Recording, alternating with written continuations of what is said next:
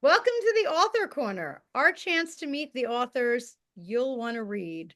I am so excited today to be joined by author Frances Vieta. Frances is the author of Looted, Rescuing Italy's Stolen Treasures.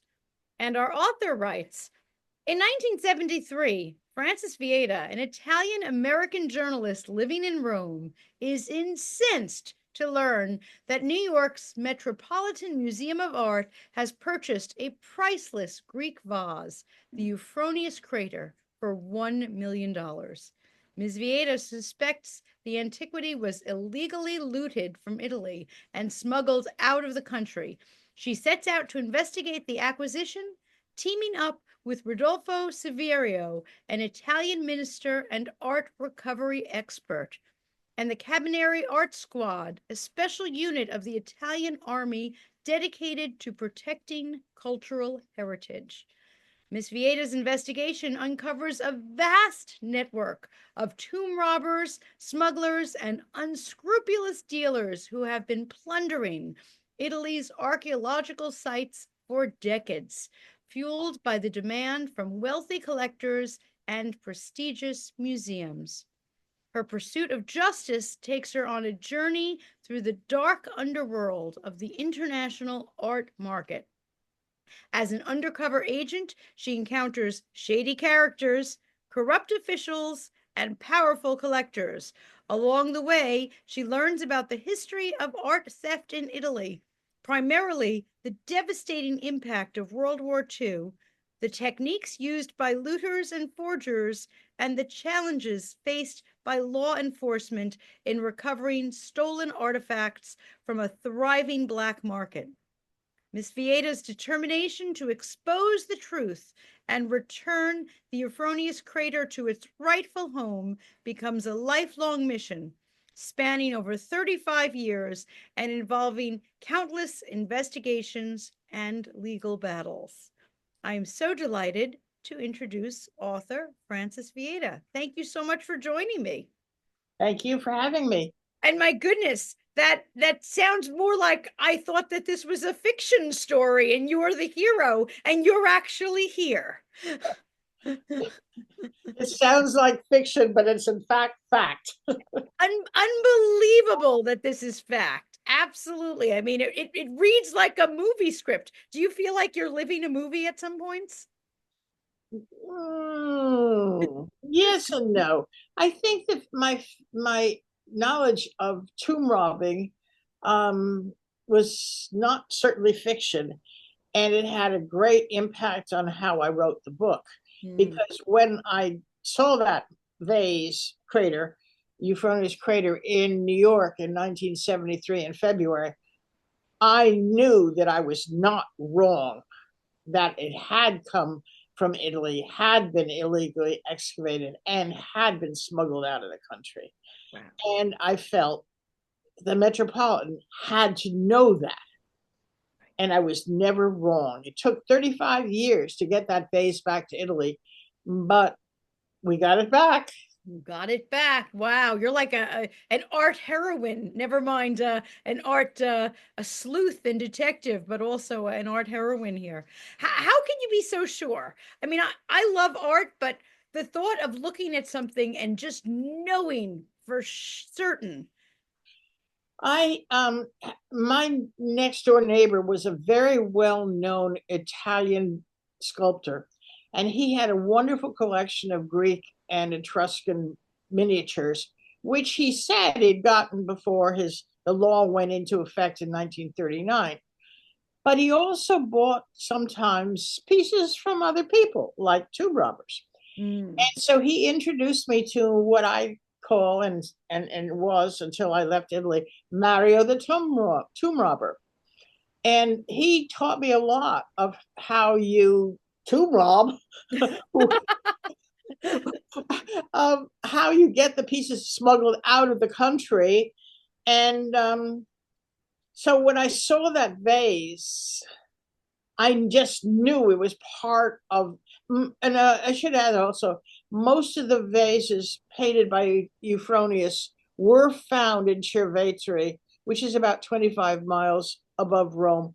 in a tomb, whatever tomb. And so Mario the tomb robber hooked me up with a self-confessed tomb robber who had been on that case. And I went up to meet with him, and he took me to the place where that vase had been excavated illegally. And at the time when I went up with him, it was about maybe 5 months later. But the tomb had been excavated in probably November, December of 71. And here we are in 73. And he took me to the place where it had been excavated. And it was all chain fenced in. And I said, why? Why would they chain fence in this area, who now was owned by a Roman person? And I only learned many years later that he was raising wild boar. And why was he raising wild boar? Because they rut all over. And therefore, if there's a vase to be found, they'll find it. Interesting. I guess by having a friend who's a tomb robber, it gives you kind of an insight. I must admit, I know lots of people, but I don't know any tomb robbers.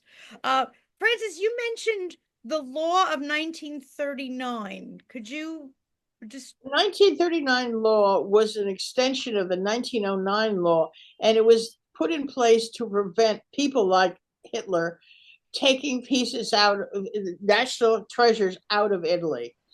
And Hitler couldn't just seize these pieces or take them, because Italy and Germany at that time were allies. gotcha. But when you wanted to get them back after the war, Siviero, who was a minister of foreign affairs, was able to prove that these pieces had been taken out illegally, usually on Hitler's private train. Oh, And so they would come back because they were national treasures illegally exported under the 1939 law. gotcha. I've seen some things about the war and paintings being hidden in caves, and even is it the statue of David in Florence that was surrounded by bricks to hide Yes, it? yes, to protect it. Yeah, from bombing. Yeah. Right. Wow.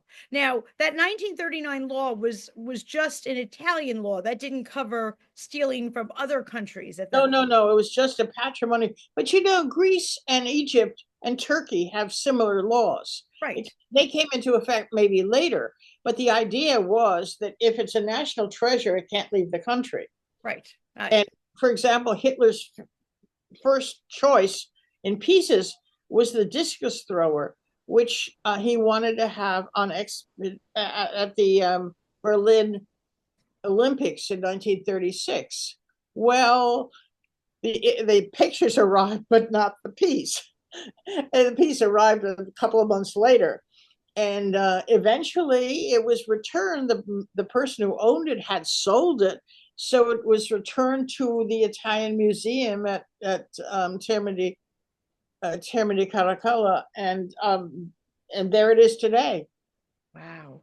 I'm sure even today there are many pieces that are not Yes, in the countries that they belong in. that's right. Absolutely. A I lot of the pieces that Italy wanted back were actually taken by a strange person. Topic, it was his last name. He went to the Berlin, no, not the Berlin. Yeah, maybe the Berlin.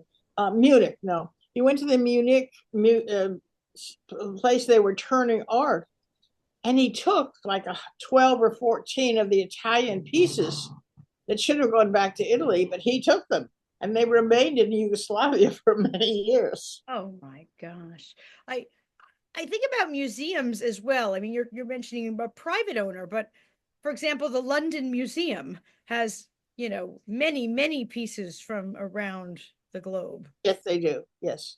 But don't forget that the Elgin marbles, which they keep saying, they stole. They did not steal. Lord Elgin bought them legitimately. Okay. So there is a legitimate market as well as a black market for these. Yes, absolutely. Yeah.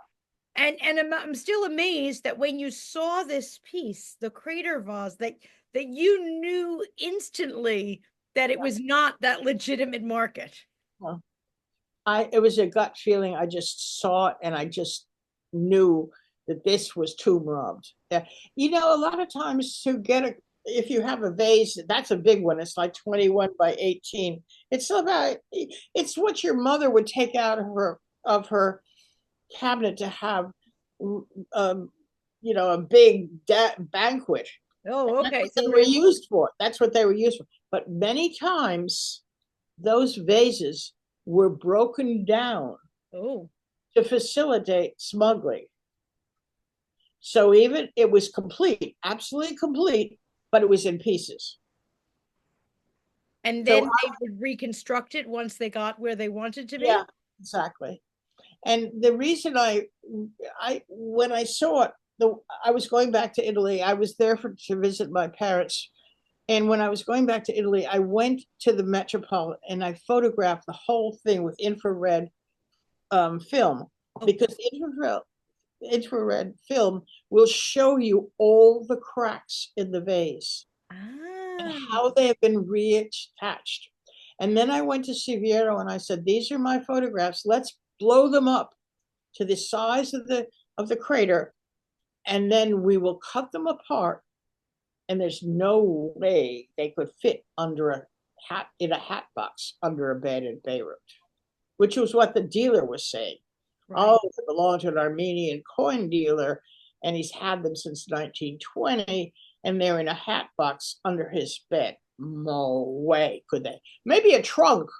They could possibly fit in a trunk, but they could never fit in a hat box. Wow. And I'm just so amazed at your confidence and gut feeling. Have you had other pieces that spoke to you so much that you knew instantly that it was stolen or inauthentic, or was this the first time that you really felt that It was gut? the first time I'd really, yeah, I was 31 years old. And I'd been living in Italy for a couple of years, 5 or 6 years. And I had been involved in so much of the hearing about more than doing, the thefts from the museums or illegal excavations or so forth. And that's why the Carabinieri, who is like a fourth military police, they're like a fourth arm, like air navy, whatever, they're the fourth. And they had set up in 1969, because of the problem, the art squad. And that's what I also went to. When I went back, I went to get involved with the art squad. And with them I did several cases which are part of my book. The Caravaggio that had been missing since 1969. I did a tapestry, 16th century tapestry that was stolen from the Val di Chianti, a castle with 60 rooms in it. And they didn't, it was New Year's Eve, but they didn't notice it for maybe a week because that was a part of the area the castle that was not heated. And so those are all, and it ended up at Sotheby's and on the cover of a Sotheby's catalog at the 1977. And nobody at Sotheby's asked the guy who was consigning it, "What right do you have to this tapestry?" You know? Right, right.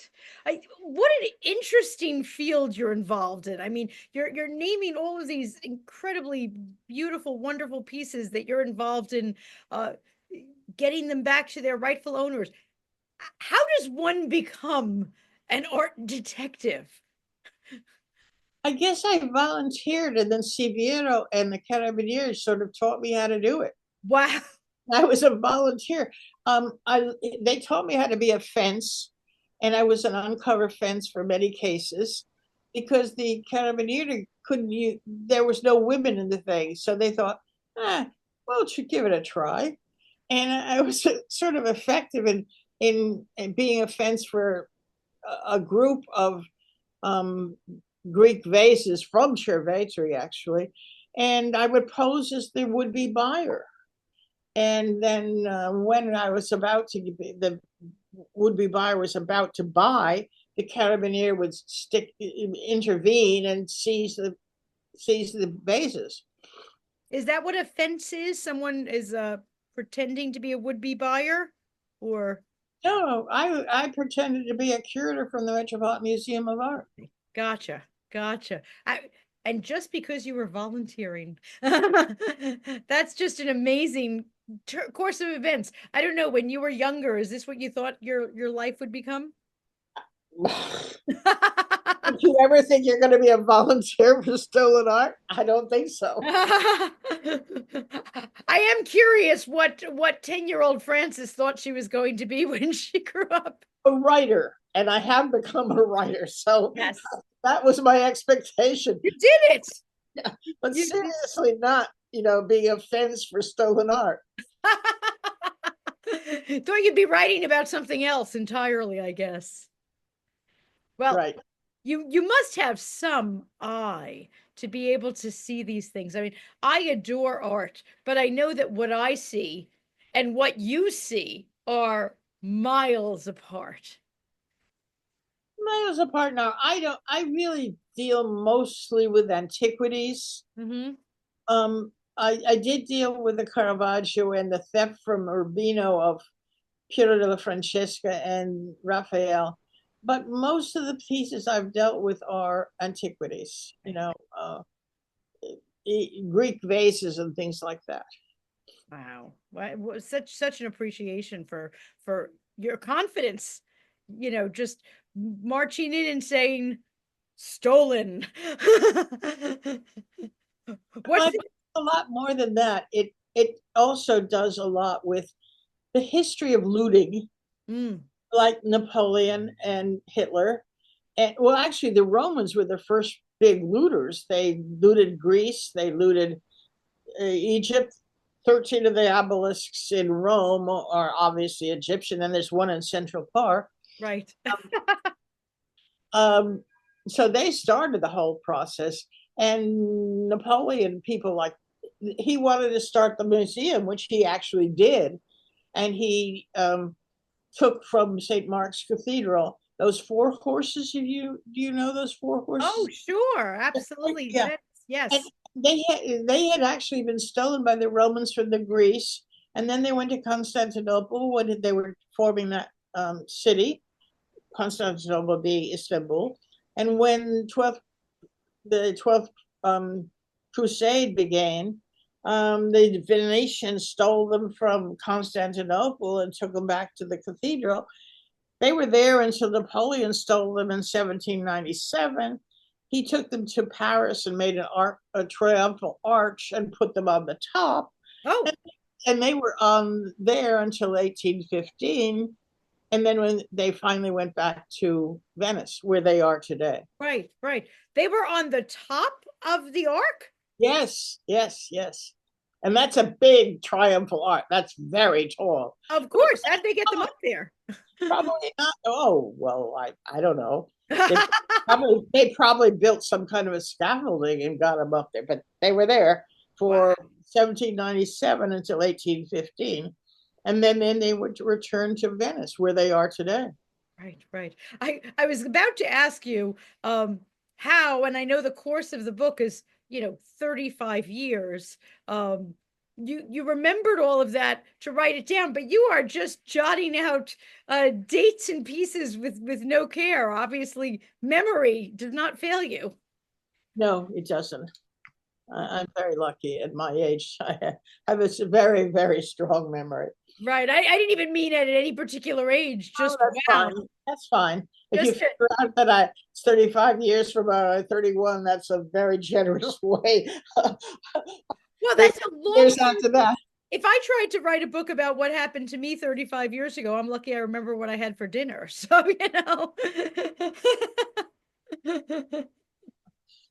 I'm dazzled that you have such retention of names and dates and places and activities that went on. Well, thanks for the internet. That a lot of those things you can look up.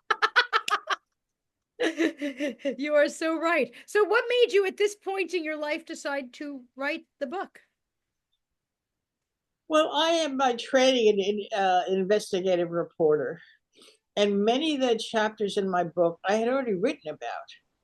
And I need a project, you know. My first book was Love in the Land of Barefoot Soldiers, which was about the when the League of Nations was not able to keep peace and Italy invaded Ethiopia. And I had been in Ethiopia as a for the UN. And my sister-in-law said, write about something you know. Well, okay. So I had finished that. I needed another project, and this was the project. Okay, so some people, make I don't know, sourdough bread. You right? I've always been afraid of baking because you cookies and things like that make you so fat. So I wouldn't want sourdough bread. This is a heck of a project. Now, tell me, now that the book is out there, I know you're speaking out about the book and people are asking you, any interesting things happened since then? Has anything come across that's been different? This is a project I'm working on for Substack, and it is Who's in the Hat Box. Well, if it wasn't that euphonious, who was it? Mm, Another friend of mine, who's the Bloomberg correspondent in Rome, Vernon Silver, he wrote a book called The Lost Chalice, and he maintains that the fence there it had nothing to do with the coin dealer in Serafian. He just that was a made up story. And so what I'm now doing is trying to figure out whether he's right or several other authors and things are right that it was Serafian, the coin dealer in Beirut. Um, that's my new project. okay, so the mysteries continue. Absolutely. Yeah, I guess there's so many art mysteries out there that you'll never run out. I think you're right. Is there any particular piece that you haven't investigated yet, but it's kind of out there? You say, every time I think about that piece, I want to know what's really going on. When I moved back I had been 27 years in Italy, in Rome. And when I moved back, New York City had become the mecca for smuggled art. Not only Italian, Greek, Turkish, Cambodian, Iranian, Iraqian. There was I hope I'm not going to get in touch with him, but anyhow, there was a person in New York called Michael Steinhardt who had an incredible collection of smuggled art, mainly from Italy. In 2022, just before Cyrus Vance left as a district attorney, he made a deal with Michael Steinhardt. And Steinhardt gave back, listen to this, 150 pieces of his collection worth $70 million so as not to be prosecuted. Wow. And Rome started in the same year a new museum called the Museum of Recovered Art. And many of that 150 pieces went back to Rome into this museum. And the museum is not a set exhibition space. It comes in and every 4 months it rotates. And once the pieces have been found, they are sent back to the place where they thought they had been excavated or stolen. Mm-hmm. It's a very interesting museum. But can you imagine forfeiting $70 million so you're not going to be prosecuted? I I guess to him 70 million was a drop in the bucket. Obviously. But I mean, I worked with the Homeland Security agents to look through some of those pieces, and I was overwhelmed by what he actually had. Wow. And the other part of the deal was he was never going to be able to buy or sell antiquities again.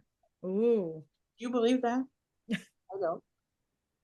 I I don't. guess when there's a will, there's a way, and people don't necessarily listen to that, That's do right. they? Absolutely.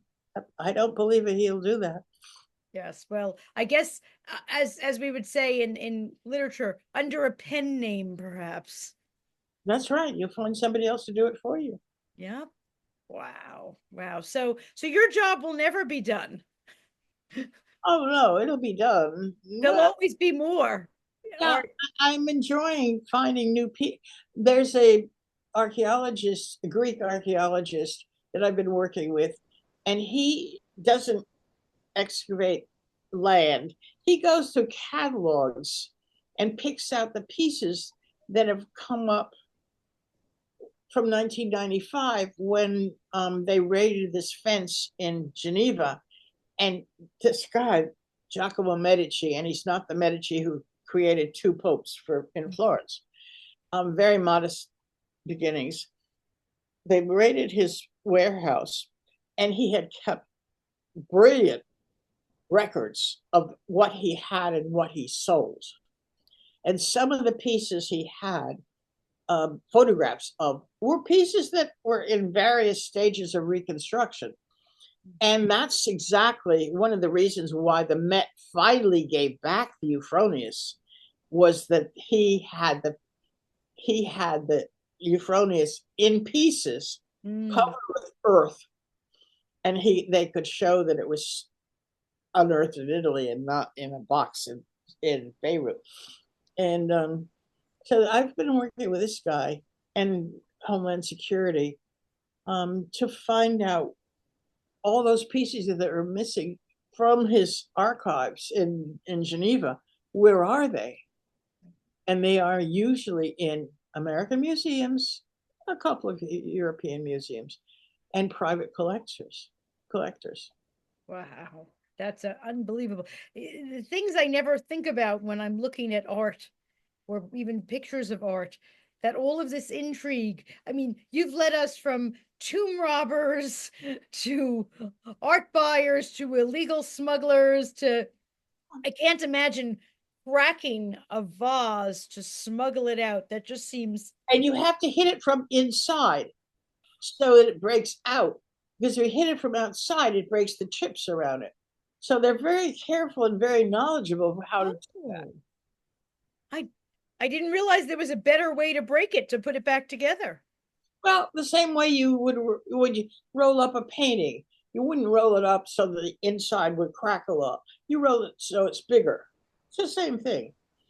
Oh. And one of the pieces that I'm still trying to get back, we call it the Victorious Youth.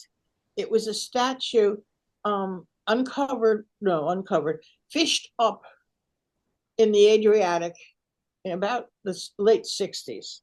It was smuggled from place to place in Italy, ended up even in a parish house under the stairs, finally smuggled to Germany where they took off all the barnacles and things like that, and offered to John Paul Getty, who then, not Elon Musk, was the richest man in the world, at $3 million. He wouldn't take it because he knew it had been smuggled out of Italy. So he wouldn't buy it. But soon after he died and the Getty Museum was formed, they bought it for 3.5 million and they still have it. And that's one piece. There's legitimate proof that it was in Italy. It's a Greek statue, beautiful statue. And that's the one piece I'm still working on to get back. Wow. Wow. You've definitely opened my eyes. That's for sure. For all of our viewers, whether you like art, intrigue, mystery, or all of the above, you'll definitely want to grab a copy of Looted, Rescuing Italy's Stolen Treasures. And know that no, this is not fiction. This is actually happening. And I am so grateful to be joined by our author, Frances Vieta, who is out there rescuing Italy's stolen treasures. Thanks so much for joining me. Thank you very much for having me.